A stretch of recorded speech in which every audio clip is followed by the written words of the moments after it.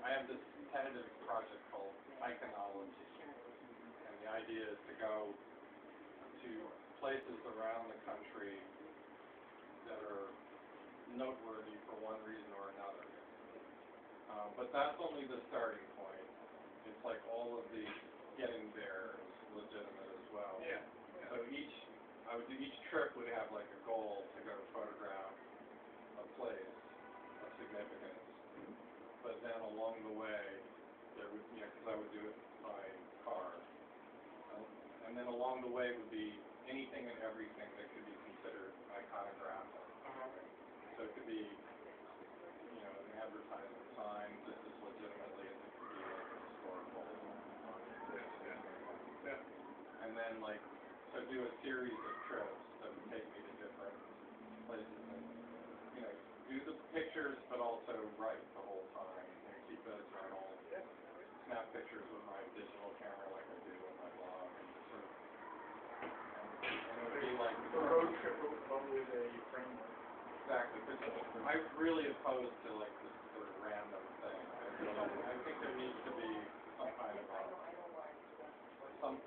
something that holds it together. And the idea would be this would be a project that would never end. You just keep on doing it, right? You just keep feeding the journey doesn't end until you do. Right. Right. And as long as they keep making the 4x5 film, I probably do it in 4x5. I'm really worried about this actually. Kodak goes down the tubes. Who's going to make 4x5? Color 4x5. No other company. Yeah. Who do you stop? Maybe they would, conceivable, they would pick it back up again. Buy a digital back. Dropped down. I don't know whether anybody would. You buy a digital back. Yeah, for $40,000 and still don't get. It'll be used. Still don't get the look of the film. I think that people it's one thing for people who are established and have made a fair amount of money to get out there with that kind of equipment and to bring their stuff back to their assistants and all that gets done. But it's bad enough for me at this point, but imagine somebody just trying to start out, comes from a middle class background, doesn't have very much. Like, especially those kids. They have an iPhone. The $100,000 debt. Right. So everybody's now everybody buys, a Canon or an Nikon, decent camera, digital camera, but all the work ends up looking the same. Well, the idea of fine art photography basically is old school. The stuff he's working with is, like 30, 40, 50 years in the past. The future in terms of the iPhone is like Facebook, social network stuff. Major image of a guy walking that running down. Yeah, there you go. It's not art anymore. It's more about communication. In 5 years, there won't be any Facebook, and people will wonder what Instagram was in 5 years. Next. Next. Well, the Facebook, did its, went public, and the stock has gone down like 30%. Well, there's no way to make money from it. Yeah. That's the only problem. They're just going to stick more advertising in there, and people are going to hate it. Hopefully, they make money from the ads. Yeah. But, no, I think that there's nothing wrong with digital, obviously, because I'm scanning everything, and all my prints are Thank you. all my prints are made with digital. But the film quality of the negative is what you're concerned about. And I don't think I'd have a problem if I could get what I wanted out of. And I think eventually we'll get there. The problem is that there's so few people that really want what I want. Because that's what I'm saying, is everybody gets these $53,000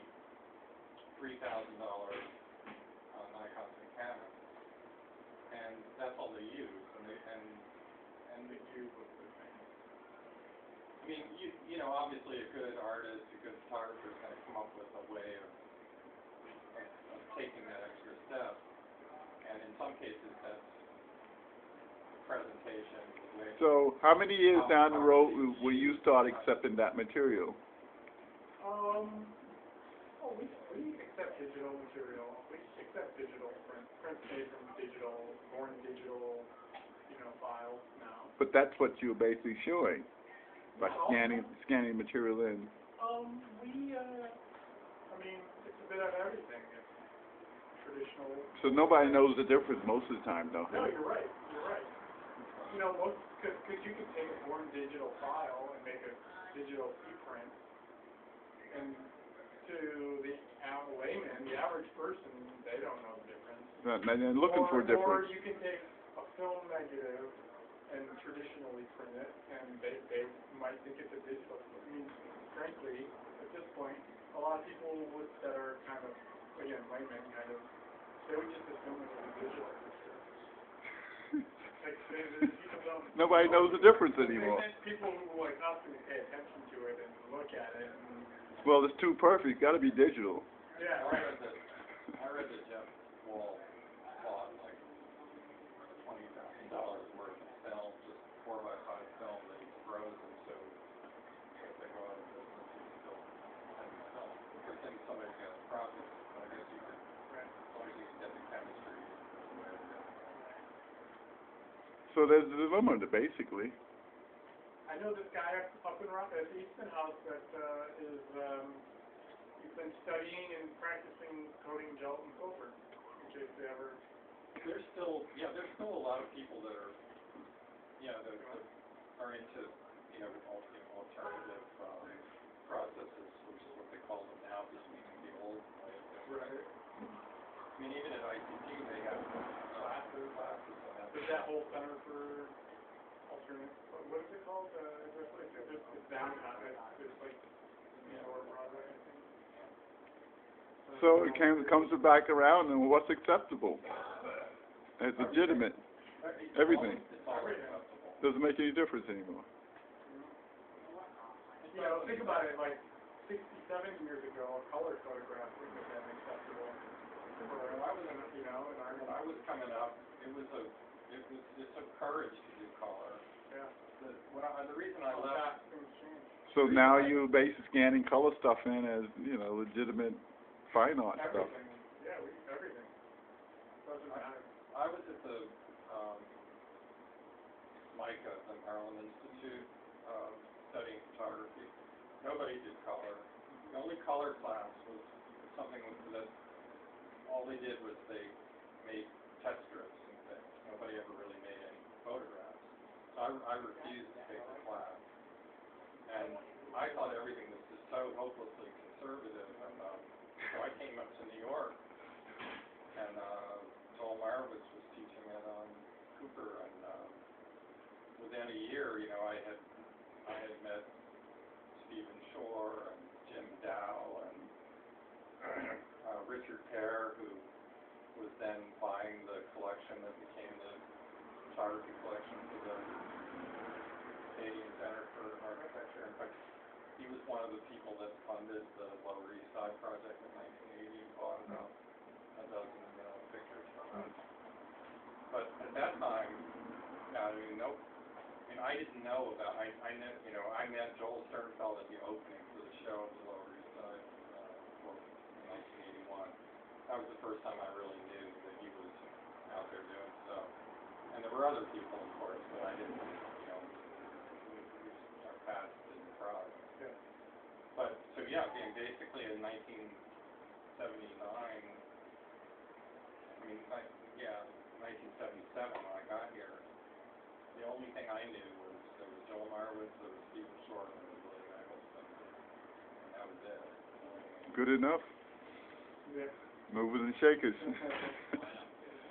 Yeah, photography's always been technology driven. Yeah, but what we're talking about now is the whole philosophy surrounding it, and the idea of what I call fine art. Say that photosecessionist, for instance, during that battle, during that era, in terms of what would be the perfect print, and as opposed to changing the nature of the print. And that came along during the 30s.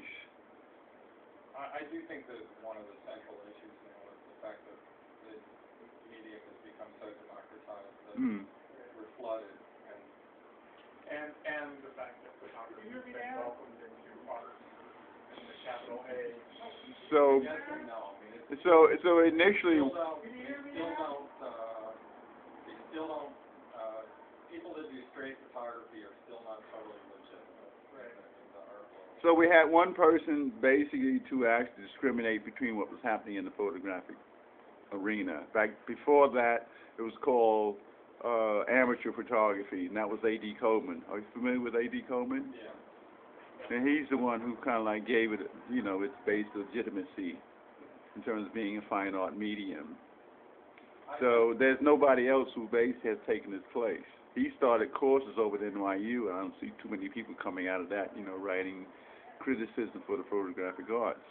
So right now we don't have any kind of photographic criticism going on to kind of like discern what is really happening within there are all these blogs, and there's some, as usual, there's not a lot of really great writing. I mean, Right. That's always been the problem in art, but there's plenty of attention being given to stuff. It's just, again, it's like, how do you wade through it? It's the, you know, every time I try to, you know, like every now and then I say to myself, you know, Brian, you really should be paying more attention to what's going on. And then when I like try to sort of dig into it, it's like, I think I better just pay attention to what I'm doing. It's pretty difficult. Yeah, this is your job. Well, I'm lucky enough that it's within 5 boroughs, you know?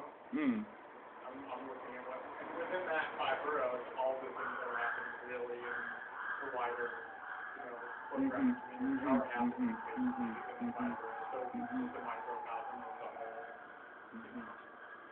You're lucky that it's New York City. I mean, you know, the other night. How often do you make we were talking, visits? and we were looking at the London London versus that. There's a show of street photography from London, and Sean put together a parallel Interesting. New York show. And the thing Interesting. about the New York stuff is, it's some of the greatest photography ever made. The London show is very interesting if you're interested in photography, but it pales in comparison. Yeah, that's true. So look at who's here. Look what you got to choose from. Nice article in the Times. Congratulations. It came like the next day. Yeah, right.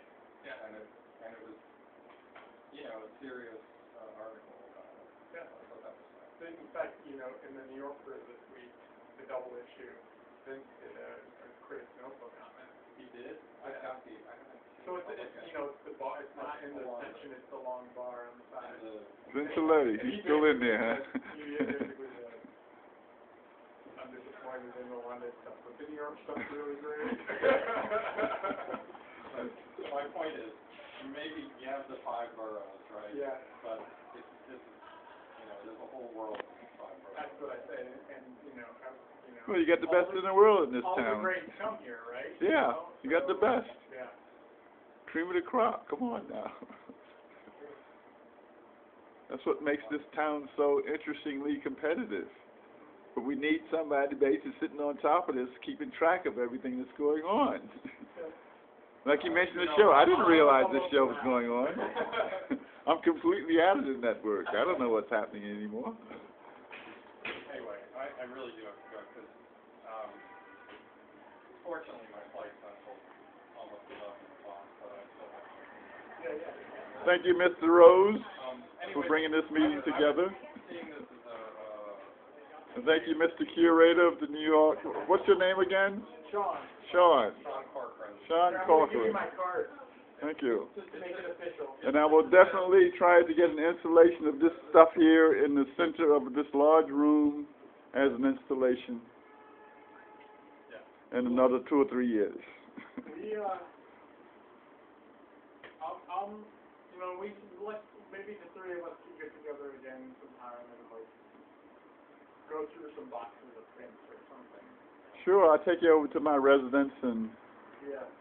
introduce you to my real collection. Sure. There you go. Official. Thank you, sir. I was here.